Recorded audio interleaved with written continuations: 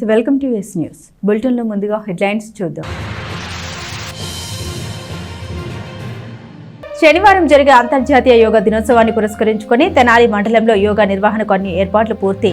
మండలంలో 173 కేంద్రాల్లో యోగా అభ్యసన జరుగుతుందంటూ ఎంపీడీఓ అత్తోట దీప్తి వెల్లడి.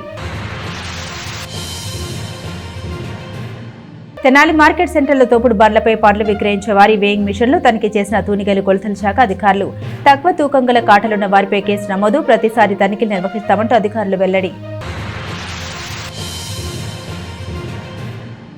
రాష్ట్ర ప్రభుత్వం అత్యంత ప్రతిష్టాత్మకంగా నిర్వహిస్తున్న అంతర్జాతీయ యోగా దినోత్సవాన్ని పురస్కరించుకుని తెనాలి మండలంలో శనివారం నిర్వహించే యోగా మెగా డేని విజయవంతం చేసేందుకు గాను అన్ని ఏర్పాట్లు పూర్తి చేసినట్లు ఎంపీడీఓ అత్తోట దీప్తి తెలిపారు.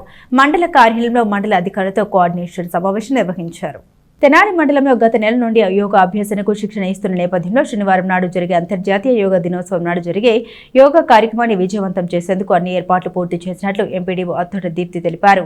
దీనిని విజయవంతం చేసేందుకు మండల అధికారులతో కోఆర్డినేషన్ మీటింగ్ నిర్వహించారు.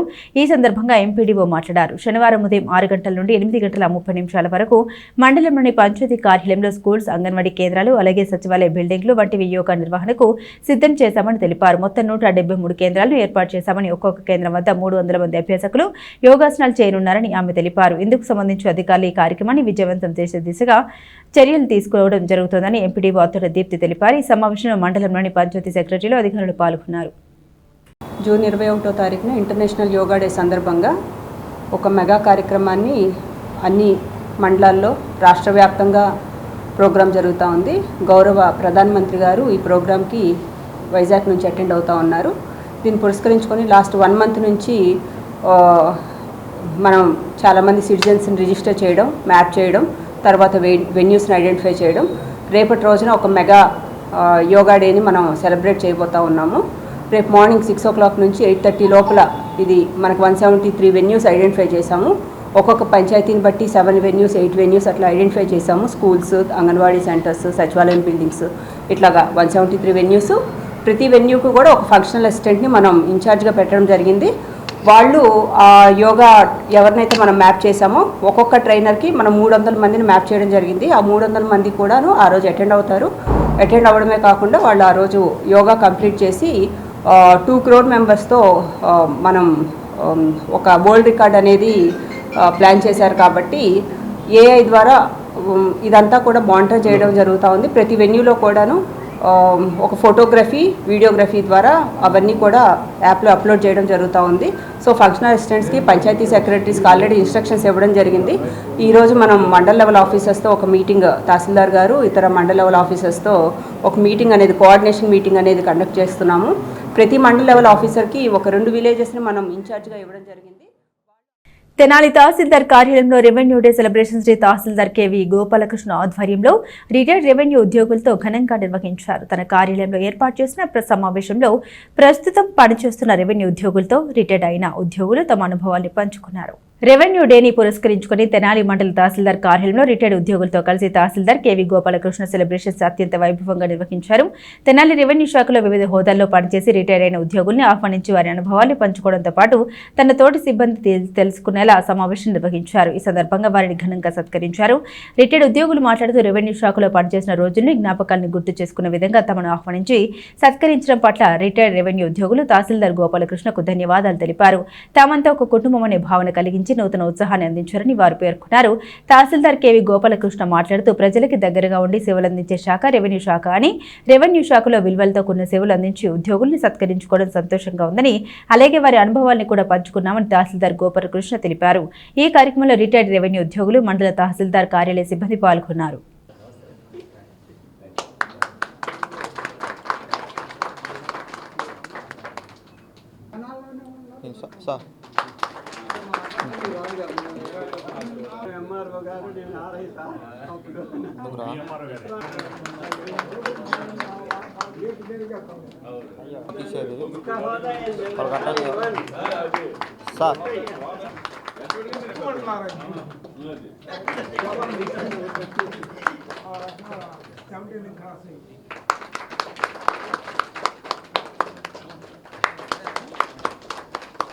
నాకు బాగోపోయినా నేను అడిగేదాన్ని వచ్చాను.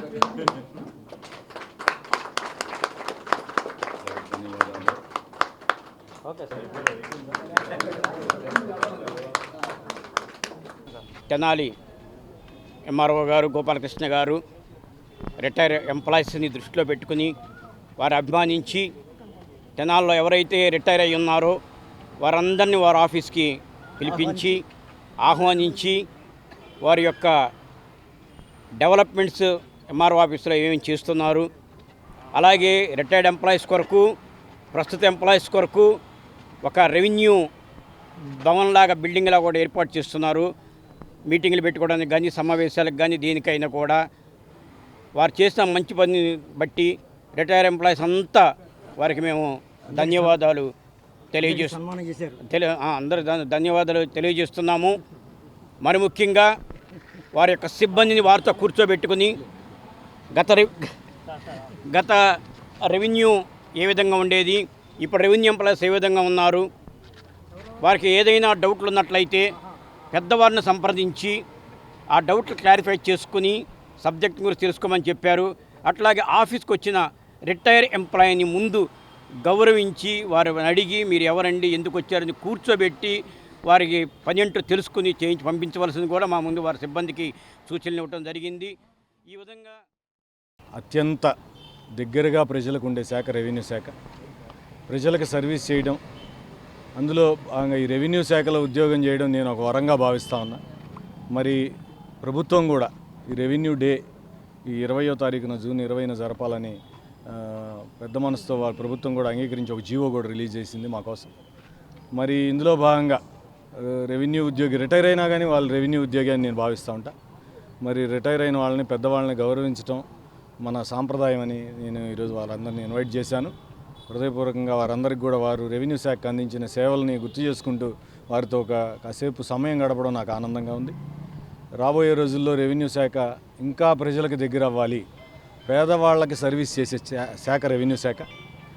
చక్కగా విలువలతో కూడిన విధంగా ప్రజలకి దగ్గరయ్యి వారు చేయగలిగే పనులు, న్యాయబద్ధంగా ఉండే పనులు వారిని తిప్పుకోకుండా వెనువెంటనే చేసే విధంగా నేను వచ్చిన దగ్గర నుంచి కూడా కృషి చేస్తూ ఉన్నాం. మరి ఆ విధంగానే సిబ్బందికి ట్రైనింగ్ ఇస్తున్నాం. రెవెన్యూ శాఖ ప్రజల ముందు తలెత్తుకొని ఉండే విధంగా మన ఉద్యోగులు అందరూ పనిచేయాలని కూడా నేను సూచిస్తూ ఉన్నా.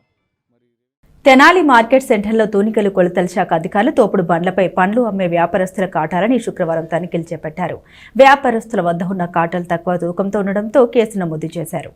తెనాలి మార్కెట్ సెంటర్లో తోపుడు బండ్లపై పండ్లు విక్రయించే వ్యాపారస్తులు వినియోగదారులకు తక్కువ తూకంతో పండ్లను విక్రయిస్తున్నారని వచ్చిన ఫిర్యాదు మేరకు తూనికలు కొలతల శాఖ డిప్యూటీ కంట్రోలర్ హరిప్రసాద్ ఆదేశాల మేరకు స్థానిక తూనికలు కొలతల శాఖ అధికారులు పండ్ల మార్కెట్లోని తోపుడు బండ్లు కాటాలు తనిఖీ చేశారు. తూకం వేసే వేయింగ్ మిషన్లలో తక్కువ తూకం ఉన్న వాటిపై కేసు నమోదు చేశారు. ఈ సందర్భంగా స్థానిక ఇన్స్పెక్టర్ మాట్లాడుతూ కేజీ పండ్లు తీసుకుంటే దానిలో 50 నుండి 100 గ్రాముల వరకు తక్కువగా వినియోగదారులకు ఇస్తున్నట్లు గుర్తించినట్టు తెలిపారు.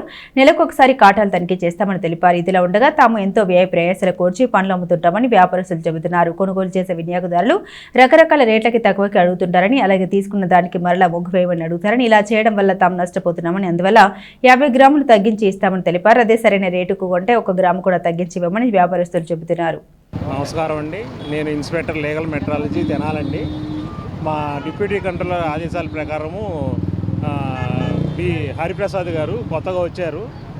ఆయన ఆదేశాల ప్రకారము ఈరోజు ఇక్కడ తెనాలి పట్టణంలో ఫ్రూట్స్ పండ్లు బళ్ళ మీద ఆయనకు కంప్లైంట్లు వచ్చినాయి.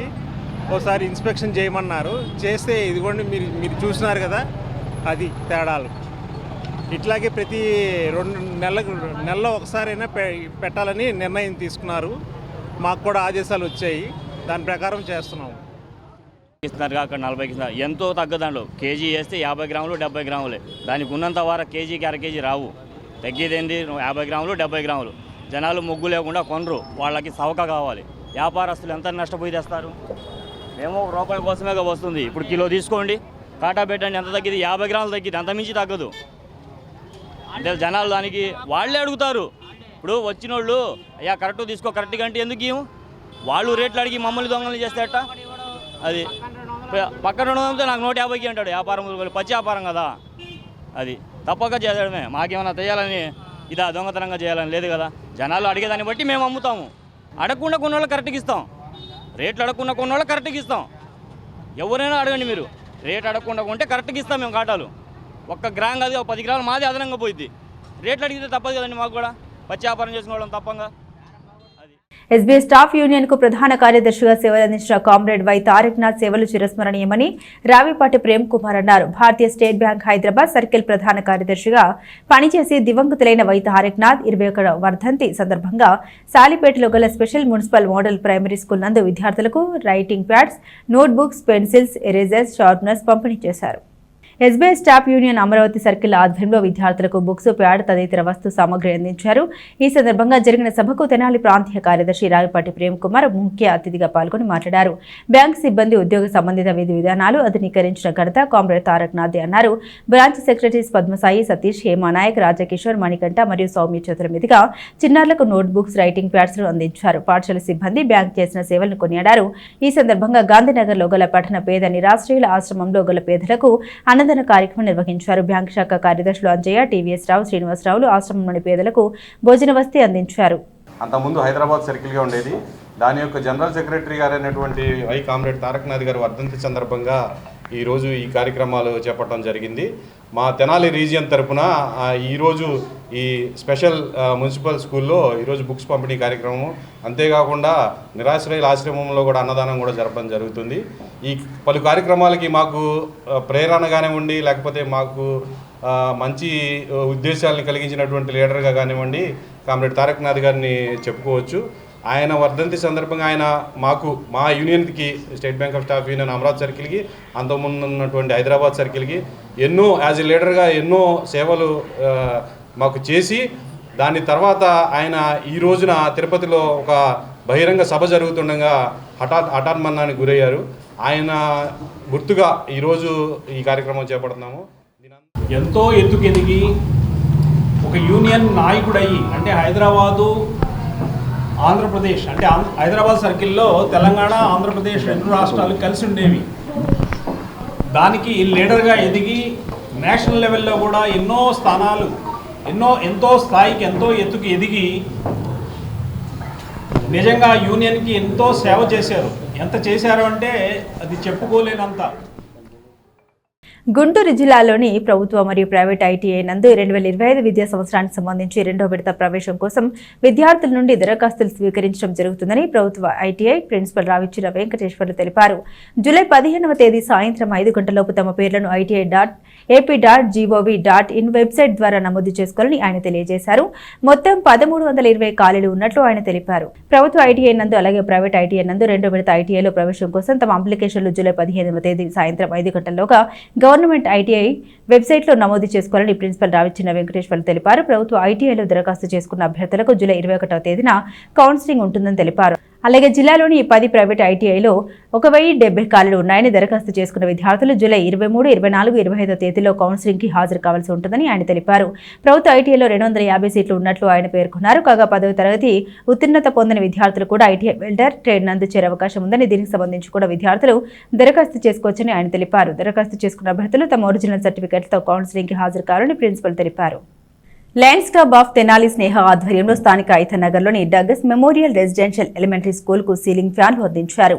క్లబ్ సభ్యులు అద్దెపల్లి అయ్యప్ప, సుమలత పెళ్లి రోజును పురస్కరించుకుని వీటిని అందించారు. స్థానిక ఐతనగర్లోని డగ్లస్ మెమోరియల్ రెసిడెన్షియల్ ఎలిమెంటరీ స్కూల్కు అవసరమైన సీలింగ్ ఫ్యాన్లను lions club of Tenali Sneha ఆధ్వర్యంలో అందించారు.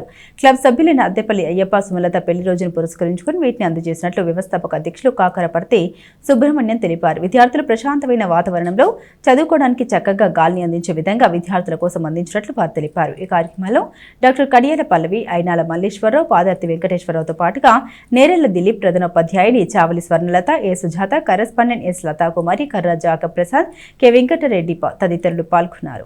Lions club of Tenali Sneha ఆధ్వర్యంలో ఈరోజు 26/2025 శుక్రవారం మా క్లబ్ సభ్యులు లైన్ అద్దెపల్లి అయ్యప్ప, సుమలత గారుల పెళ్లి రోజు సందర్భంగా వారు ఈ ఐతనగర్లోని డిఎంఆర్ స్కూల్కి 2 సీలింగ్ ఫ్యాన్లని అందజేయడం జరిగింది.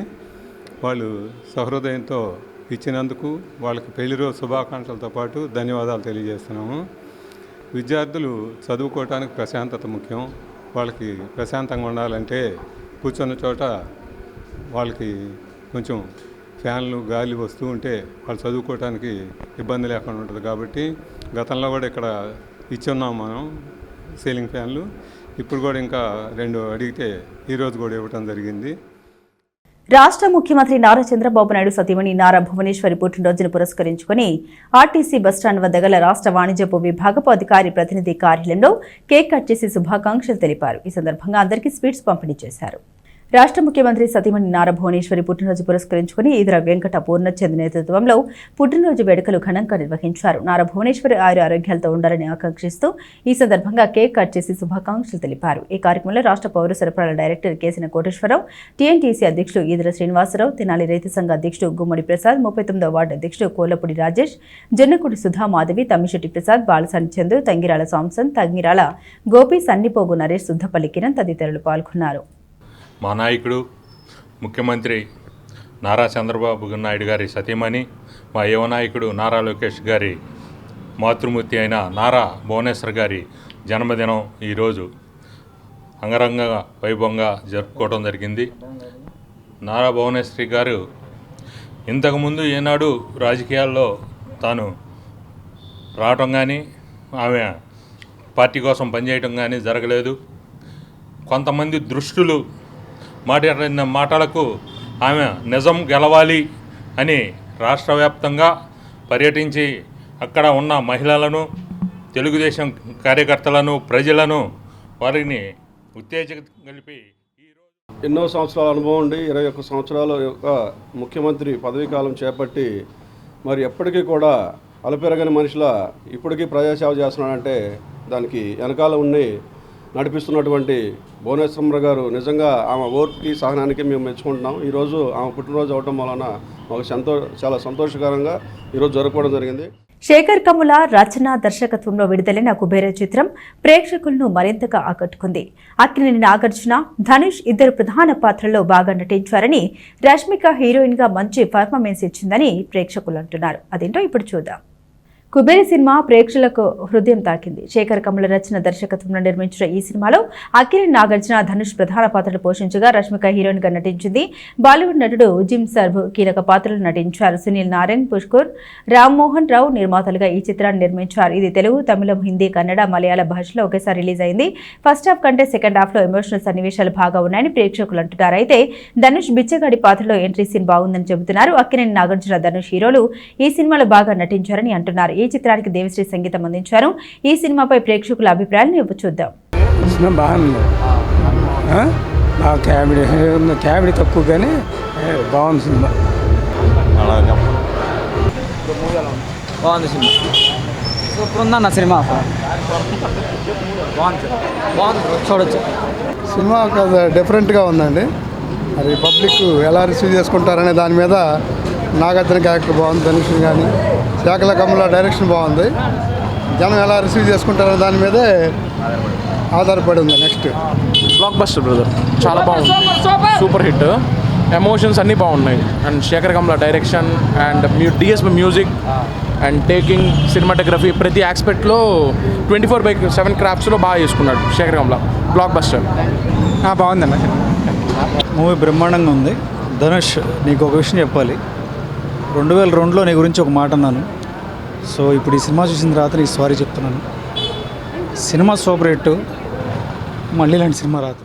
రాజకీయాలకు పరిమితం కాకుండా గ్రామ అభివృద్ధి లక్ష్యంగా పనిచేసిన వ్యక్తులను స్మరించుకోవడం ఆనందదాయకమని ఎంపీపీ రాపర్ల నరేంద్ర కుమార్ పేర్కొన్నారు. గతంలో పంచాయతీ సమితి భవన్ నిర్మాణానికి గ్రామీణ బ్యాంకుకు మొత్తం 5 ఎకరాలు ఉచితంగా ఇచ్చిన దాతలకు నివాళులర్పించారు. మండల పరిషత్ కార్యాలయంలో గ్రామ అభివృద్ధి కోసం 3 ఎకరాల పొలాన్ని దానం చేసిన ఎత్తిశేషులు ఈ కొత్తపల్లి వెంకట సుబ్బయ్య, చారుమతి దంపతులకు, అలాగే గ్రామీణ బ్యాంకుకు ఎకరం ఇచ్చిన రాపర్ల వీర రాఘవయ్య చిత్రపటాలకు పూలమాల వేసి నివాళులర్పించారు. ఎంపీడీఓ భీమార్తి శేషమాంబ అధ్యక్షతన జరిగిన ఈ కార్యక్రమంలో మాజీ MPP Maineni Ratnaprasad, MEO K Ramesh Babu, Veluvala Madanamohan Rao, Raparla Venkata Suryanarayana, Raparla Basavayya, Kodali కోటేశ్వరరావులు మాట్లాడారు. ప్రస్తుతం దాతల సహకారంతో అమృతలూరు మండలానికి మంచి పేరు ఉందని, దాతల కుటుంబ సభ్యుల సహకారంతో మండల పరిషత్ కార్యాలయ ఆవరణంలో దాతల విగ్రహాల ఏర్పాటుకు కృషి చేస్తామన్నారు. ప్రతి ఒక్కరు వీరిని స్మరించుకుని వీరి స్ఫూర్తితో ముందుకు వచ్చి మండల అభివృద్ధికి కృషి చేయాలని పిలుపునిచ్చారు. ఈ కార్యక్రమంలో కొత్తపల్లి మాధవరావు, కొడాలి అంభోజమ్మ, కొత్తపల్లి రత్తయ్య, మండవ మల్లేశ్వరి, రాపర్ల మారుతి, వీర రాఘవయ్య, వెలగపూడి జానకి, రామయ్య, రాపర్ల మల్లికార్జునరావు, సుంకర మనోహర్, కొడాలి దీప్తి తదితరులు పాల్గొన్నారు. 1 ఎకరం పొలం ఇచ్చి మరి ఎంతో మరి ఊరికి కానీ మండలానికి కానీ చాలా దోహదపడ్డారు. ఎందుకంటే అన్ని బిల్డింగులు ఈ కాంప్లెక్స్లో ఉన్నాయి. ఎంఆర్ ఆఫీస్ కానివ్వండి, ఎండి ఆఫీస్ కానివ్వండి, MBO office, current office, housing office, మరి అనేక రకాల ఆఫీసులు మొత్తం ఒకేసారి ఉండడం అనేది వాళ్ళ స్ఫూర్తితో ఈరోజు మన గ్రామానికి మంచి పేరు ప్రతిష్టలు వచ్చినాయి. ఎందుకంటే వాళ్ళు సమయకపోతే ఈరోజు ఈ బిల్డింగ్స్ అన్ని కట్టేవాళ్ళం కాదు. అందుకని మనం ప్రతి సంవత్సరం కూడా వాళ్ళ వర్ధంతి కార్యక్రమాన్ని కూడా చక్కగా మన ఇచ్చినందుకు చక్కగా జరుపుకోవాలి ఆఫీసులో. ఎందుకంటే వాళ్ళ కుటుంబ సభ్యులు కనుక దాన్ని సహకరిస్తే వాళ్ళ విగ్రహాలు కూడా ఇక్కడ పెడతానికి కూడా మేము సిద్ధంగా ఉన్నాం. ఎందుకంటే అటువంటి వాళ్ళు మనం స్మరించుకోవాలి. ఎక్కడెక్కడ వాళ్ళు మనం దండలేసి ఐదు చేసుకుంటూ ఉంటాం. కానీ మన ఊళ్ళో చేసిన వాళ్ళని మనం వారు ఇక్కడ 3 ఎకరాలు ఇచ్చారు. ఇది కాకుండా దీనికి దారి లేదు. దారి లేకపోతే వాళ్ళ కుటుంబ సభ్యులు ఒక గజి ఉన్నారా. అట్లాగే మన నరేంద్ర గారి అమ్మగారి నారాయణ మండవ వెంకటేశ్వరరావు గారు కూడా ఒక గజి ఉన్న చొప్పున ఎలవరి రోడ్డు నుంచి ఇక్కడికి దారి ఇచ్చారు. వాళ్ళు చనిపోయిన తర్వాత చారిమతం చేసి వాస్తవంగా ఇప్పుడు ఈ ఆఫీసు దారి లేదు. అది చుట్టూ తిరిగి రావాలి. అట్లాగే వెంకట సుబ్బయ్య గారు మన ఆంజనేయ గాలిగోపురం ఇందాక చెప్పారు. మన ప్రభుత్వ హాస్పిటల్కి 62 ఎకరాలు కావాలంటే చెరువును పూర్పించి రైతుల సహకారంతో చేపించడం. మరి అట్లాగే ఈ ప్రాంతంలో మరి ఎస్టీలు కానీ, బీసీలు కానీ, ముస్లిం సోదరులకి అన్యోన్యంగా ఉండడం, మరి వాళ్ళ బంధువుల్ని అనేక మందిని తీసుకొచ్చి ఇక్కడ చదివించి చాలా మందికి ఇళ్ల స్థలాలు ఇవ్వటం, పొలాలు ఇవ్వటం, మరి ఆయన యొక్క భార్య భర్తల యొక్క గొప్పతనం. మరి వారు ఈ ఊరి కరెంటు మంచినీటి సౌకర్యం ప్రప్రదంగా వారి దానికి కూడా చాలా మనకి గౌరవంగా వాళ్ళ ఇచ్చినందుకు వాళ్ళని గౌరవించుకోవాలి మనం. కానీ లేదు కాబట్టి వాళ్ళని మనం ఇట్లా ఈ స్థలము ఇచ్చారు కాబట్టి వాళ్ళు ఇట్లా సన్మానంగా చేసేసేసి ఇట్లా చేసుకుంటున్నాం కాబట్టి చాలా ఆనందంగా ఉంది. మనం గౌరవించినటువంటి ఎంపీపీ గారిని వేదిక అలంకరించి